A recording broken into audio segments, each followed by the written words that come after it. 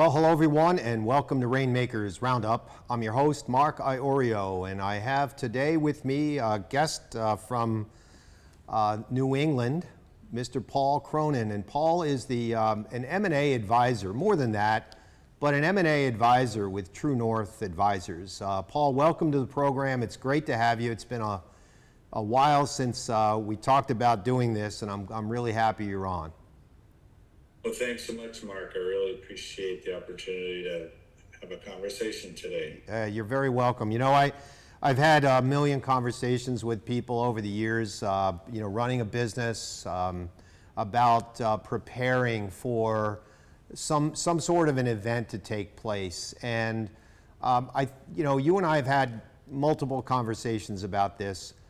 Your style, your process is different, and I want you to talk a little bit about that, but also your career path, I think, over your lifetime has really prepared you to do what you're doing today, and I don't think you've wavered much in terms of how you approach an organization, a leader trying to exit or have some sort of an event, and you've had firsthand experience with it as well. So talk a little bit about that. Talk a little bit about your career path and how you've come to this point with True North.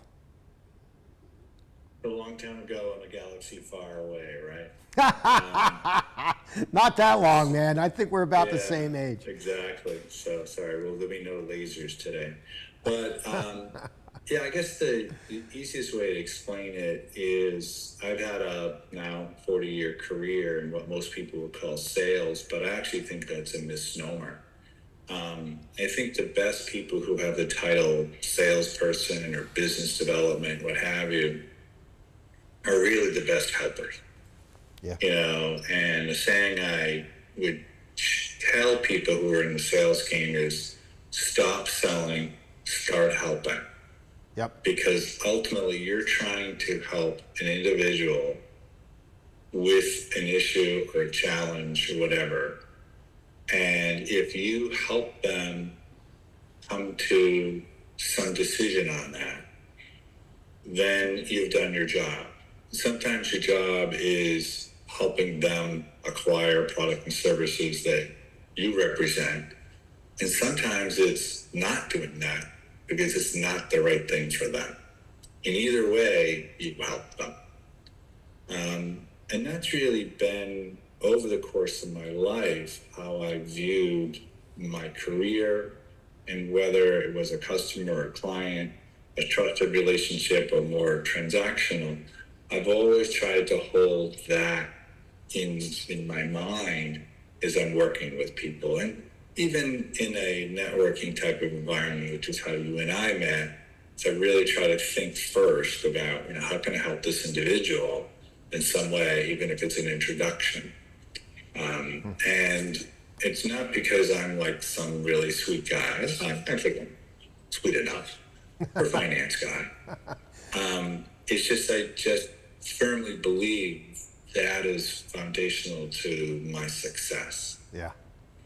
So, in terms of my career, I started out, in New York City, right in Herald Square, for New Yorkers know where that is, and working for a manufacturer at like the lowest level of job you can have, and eventually worked my way into management. And over a very long period of time, we grew that business from single-digit millions to almost 100 million and had an exit.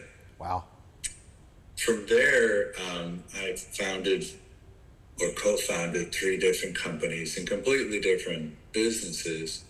And each one of those in many ways was somehow, as I like to say, is serving folks in some way, helping them with challenges, whether it was data analytics or golf instruction or exiting a business. Yeah. So the lessons that I learned from the last business that I was part of was an exit planning business, which kind of brings us, from there to morphing to the transactional side of the exiting, which is what I've been doing in more recent years. But that commonality is we're really doing the same thing. Yeah. You know, in an M&A transaction, you're fundamentally trying to help a buyer and seller come together. They may have slightly different goals, right? But in order for each of them to achieve their goals, my job is to, quite frankly, get the deal done. Yep. So that each side, so it's funny. So it's not like they walk away from it amicably, although you'd like it to be that, and it's a kumbaya moment. Yeah. But it's more like each side got enough of what they needed, enough of their goals were accomplished, that doing the deal was the best outcome. Yep. You said a few minutes ago that, you don't do it because you're a sweet guy, but you have a different mindset. A lot of times in sales, and I started my career, well, I didn't start my career, but early in my career, I got into the sales business. And many salespeople are looking at the transaction. They look at, I think they count their revenue before the deal's even done. And your approach with your mindset, Paul, where you are helping people first, a lot of skeptics could look at that and say, well, yeah, it's nice now. I mean, Paul's established. He's made. He's been successful. It's easy to say that now, but you've done that your entire life, and that to me is a mindset, and I think that's what differentiates you from a lot of other M&A advisors out there, because they're looking for the transaction. It's not about how I can. You've told me some great stories. I mean, how I can help you achieve the goals that you're trying to achieve is a very different approach than, hey, let's get these two companies together so I can end up with a success fee and walk away and go buy a house somewhere. I think your approach is very different, but you've been doing that forever. Yeah, and it's a like to joke, only half joke about my peers, is most people in finance, obviously mergers and acquisition is part of the finance industry, Yeah. have a well-deserved reputation for being heartless bastards. Sorry, Exactly. put that on tape. You may have to zip that later, but heartless SOBs, maybe that's more polite. But regardless, and so I'm not trying to, fight against the tide, as I like to say, fruitless, but it's like, I just need to find those small number of business owners, sellers, and a small number of business buyers who get it and who get the way I work, Yeah. and the way my colleague works. Yeah. And, when I share with people, listen, I know what it's like to start a business, to buy a business, grow them, sell them personally. I know how hard it is. Yeah. And I know how hard it is to leave. Yeah. Both from the financial perspective, and the emotional perspective. Of course. I get all that. Yeah.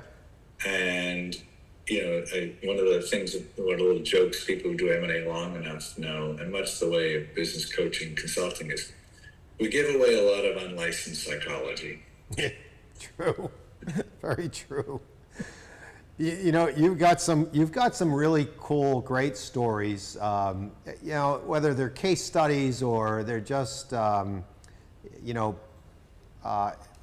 programs that have taken place or events that have taken place that are really intriguing. You talk about this manufacturing facility that you're involved with, and some of these other companies, and I'd like you to share some of those stories, and like even some of the difficult moments that you had with the leader, the CEO, and how that you sort of helped him or her overcome those fears and those obstacles.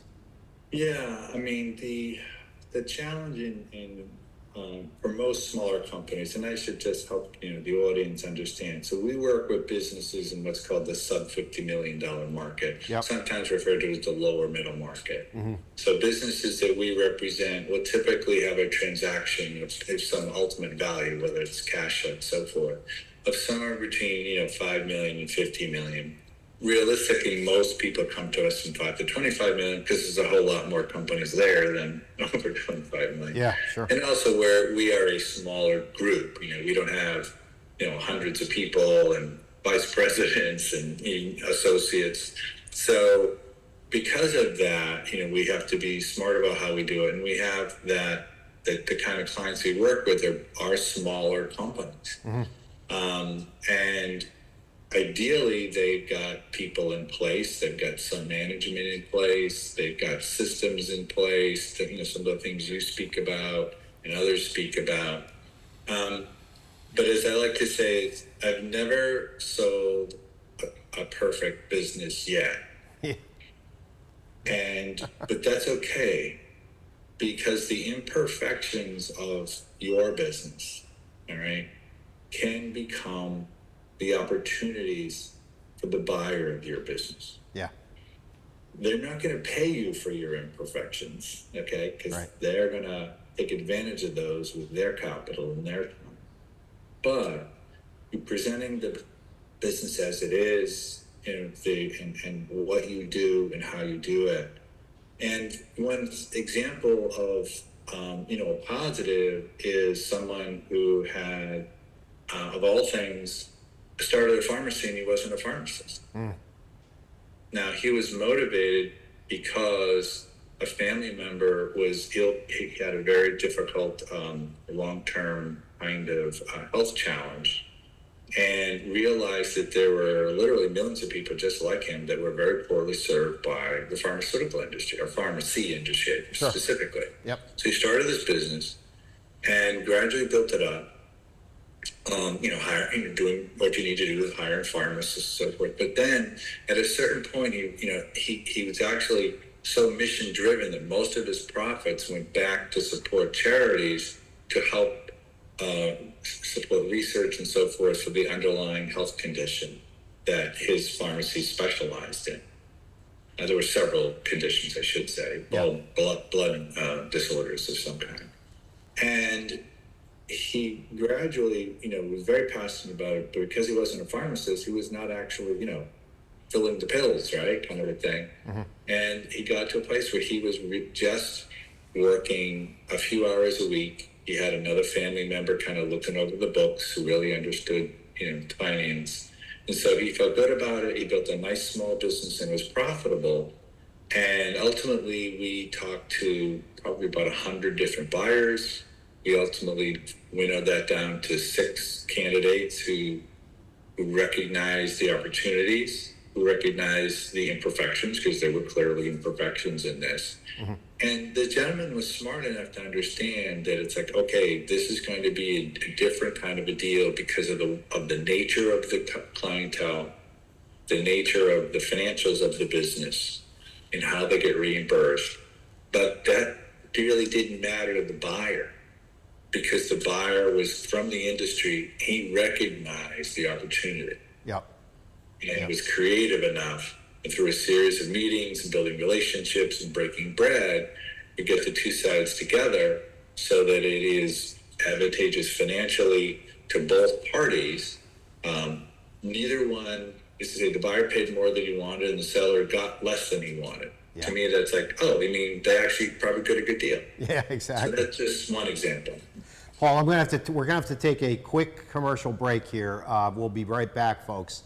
We are sponsored by the Kessler Foundation, ladies and gentlemen. They help people with disabilities, traumatic brain injury and spinal cord injury. They're a wonderful organization, and we thank them for their sponsorship. We'll be right back with more from Paul Cronin, M&A Advisor with True North, right after this message from our sponsor. Don't go away. Big Flamingo Insurance, what do you want?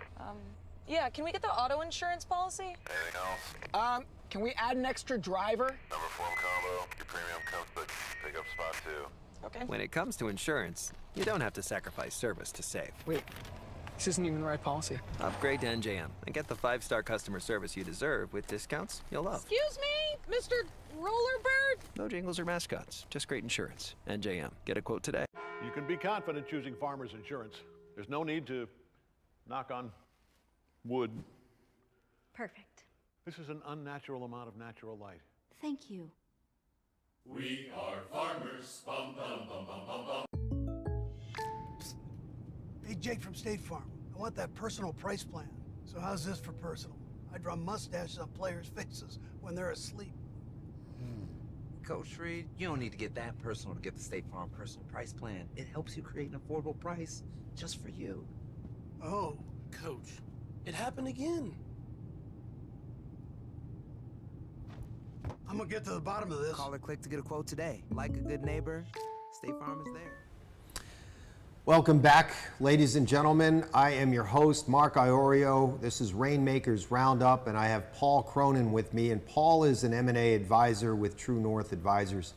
Paul, it's great to have you on the program. This is a great conversation. I think a lot of people understand a little bit more about, how you go about planning for an eventual event. And the reason I say event is because it's not always an exit. It's not always a merger. It could be an ESOP. It could be, anything that changes the sort of the structure of your business. And before the break, you were talking a little bit about a pharmacy that's sold. And when you hear 100, you've interviewed or gone through 100 different potential buyers, whittle it down to 6, and then eventually get to a buyer who is going to do the transaction. That's a lot of work, and they don't always go as planned, right? Oh, they never go as planned. As they say, what's that saying? I think it was a fighter. He said, "Everybody has a plan until they get punched in the face." I think That was Mike Tyson. And that's pretty much M&A. As a sidebar, what my although M&A stands for mergers and acquisitions. Yep. All right, my nickname for M&A really is migraines and aggravation. You got to have a really high tolerance. And that's actually, while it's a joke, it's actually what makes it very daunting for people who are trying to buy or sell a company. Yeah. Particularly sellers who've never sold a company before. Most people do it once and just have no idea how daunting it's going to be. Mm. And that's also part of the reason why people drop out. As in terms of, people that don't do it, right, don't get it done right. I had a client one time who was a very brilliant artist, and she built an online business all around her art and other similar art. She was a similar artist who needed, marketing and so forth. And she was, doing nicely, making, a little business, working out of her apartment, third-party logistics and so forth, and kind of set up the nice things to build a lifestyle business. And then she ended up getting introduced to VC, and they, convinced her to take all this money on as a convertible note, which is a debt instrument. And next thing you know is it's like, go, you got to do all this stuff. And it was the wrong stuff. And it was really a tremendous mismatch. And ultimately she came to understand that she never should have taken that money because her business model really wasn't built for that. Right. And there were a lot of challenges with this particular VC. So then she comes to me and she's like, I have to sell my business, which is the very worst thing you ever want to tell a business, and someone in my world, M&A, business work, what have you. Yeah. Every single time somebody says, you have to help me sell my company, it's like, there's probably nothing to sell. And in this case, it was a lifestyle business that had, a very significant amount of debt. It was a way to deal with the convertible debt instruments. But it was unfortunate because it could have been a really nice lifestyle business. And with the right structure, it potentially could have been something sellable, not a standalone business. But somebody might have acquired it had it been built appropriately, and it wasn't. So that's really, as they say, is, you have to continually think as an owner about what are my goals? What are my personal goals? What are my business goals? What are my financial goals? And build your business and your outcome that you want based on those goals. Yeah, yeah. You know, Paul, you're touching on something that's really important to me, and I know to you as well, and that's the preparation that you go through 2 or 3 years or 4 years down the road before you want to sell your business or exit your business. And oftentimes, founders, CEOs, leaders of organizations do a really poor job in preparing and planning for this event. Why do you think that is? What goes through our heads as leaders? And I've made this mistake too. I told you this the other day. Sure. Why is We're just too busy, in the business. Our heads are down. It's like trying to get $1 and turn $1 into $3 and $6 and then $36 million, what have you. And because of that, that planning element tends to get put aside because there's always another phone call, there's always another crisis, there's always another invoice to fill. And the difference between people who kind of have a little lifestyle business, and what by lifestyle means is they built a business that's completely around how they operate. Sure. And the people who build resilient companies, valuable companies, is at some point that business owner or owners said, wait a minute, what are we really trying to accomplish? Right? Which is probably the most powerful question anyone should ever ask themselves. Hey, what am I really trying to accomplish with this thing that I call my business? Yeah. So based on that, if there are the ability for the owner to stop and to say, how do I get customers? Is that processed correctly? Yep. Or optimized? What are the operations? Are we actually making the widgets the best way? Are we shipping the widgets the best way? Yeah. Are we hiring people? Yeah. Right? As you look at each of those elements, and I know I'm sort of preaching to the choir here, Mark, but very few owners do that. But most successful owners, and even people who build sometimes multi-million-dollar companies, they're very opportunistic. Oh, there's an opportunity. Let's grab that. Oh, we've got some revenue. We've got some profit. Sounds good. Without the discipline of saying, what's the risk of taking that on? Does that ultimately it may add value, it may add revenue, and it may add some profit, but to a potential acquirer, it's something like, what'd you do that for? Right? And so keeping in your mind, like, who would buy your company someday, or internally, who would take it over? And here's a quick story. We had a gentleman who, second generation, built a nice business. He and the others in his generation, family business, and they got to a point where, like, it's time for the next generation to take it over. And the next generation is, and they said they got a valuation for the business. It's a very asset-heavy business, and the valuation came back, and the next generation, like, we're not going to pay you for that. And believe it or not, the next generation said, you know what? We could easily buy these assets that actually help generate the cash flow used with somebody else, take the customer list, and build a business ourselves and pay you guys nothing. Yeah. Because that company had not built things in place, any covenants, non-competes, any of those things. And they also had, which happens very often, is they were so petrified of debt that all their cash flow each year went to when they're buying new equipment, all right, to pay down that equipment really quick, and also reduce their tax liability. So they were very asset rich and profit poor. Yep. Yeah, I think it goes back to the mindset that you talked about very early in the interview, and that was, you're here to help people. There's other folks in the migraine and aggravation business that are looking at the transaction, and they're counting their revenue basically. And I think there's the mindset with leaders who want to put a process in place, that want to have an operating system in their organization, versus the opportunistic leaders who want to drive revenue, and they're chasing a buck. So that's basically the difference between the planners and the folks that are, you know, they want to sell, but there's no preparation to do that.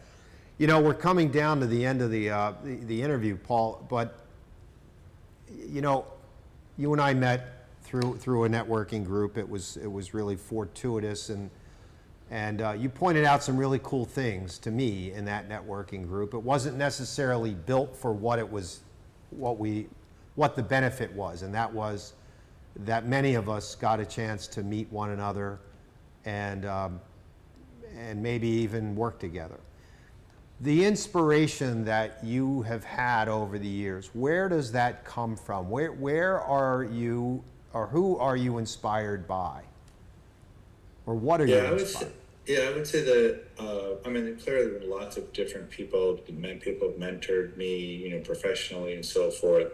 But I think the reason why, you know, I'm still at it, as I like to say, 40 years later, and I haven't retired like so many of my peers and family members and friends and so forth, is, and come through so much, is my mom. And I know that's very, you know, it's kind of cliche in some ways, but you know, this is a woman who survived the Great Depression. She survived two extremely serious illnesses. Had a long marriage to one guy. Had 4 kids despite her illnesses. And you know, she always was somebody who was like, you know, had this mentality: is I'm going to thrive where I'm at. I'm going to keep pushing through. I'll get to the other side. And ultimately, you know, she lived a very long time, almost 90. Wow. And even though towards the very end of her life, you know, she, you know, had to spend the last 2.5 years or so in a nursing home because of her physical health decline, intellectual, pretty strong. Yeah. Thank God. But I look at that life, you know, just step back and just say, you know, it just defines 2 things. The resilience, you know, getting through each day, but almost more importantly is gratitude. Yeah. You know, here think of a woman who actually was born into a middle-class life, and then the Great Depression hit. Her father's business suffered greatly. They lost the family home with, I think, 5 kids or 6 kids. Wow. Had to scramble and move, you know, and it didn't matter. Yep. You moved on. You moved on. You moved on. Yep. You know, lost her husband at a relatively young age. Didn't matter. Yeah. You move on. Yep. You make it work. Wow. You know, and she was definitely a woman of faith, and I think that was part of it. And I'm not trying to preach in any way, but I think that was also foundational to her ability to live with a sense of gratitude. Because let's face it, you know, there's always somebody, what is that saying? There's always somebody taller, richer, and thinner than you. Yeah. So get over it. Yeah, exactly. Paul, that was great. I really appreciate that, and thank God for the moms out there like yours. I mean, that's wonderful. Thanks for joining us on Rainmakers Roundup. Just tell the audience how to get in touch with you, please, and. Sure. Yep. Best way is just email me, P. Cronin, CRONIN, at TNAG, TNAG.org. That's True North Advisor Group. And if that doesn't work, find me on LinkedIn, Paul F. Cronin. Got it.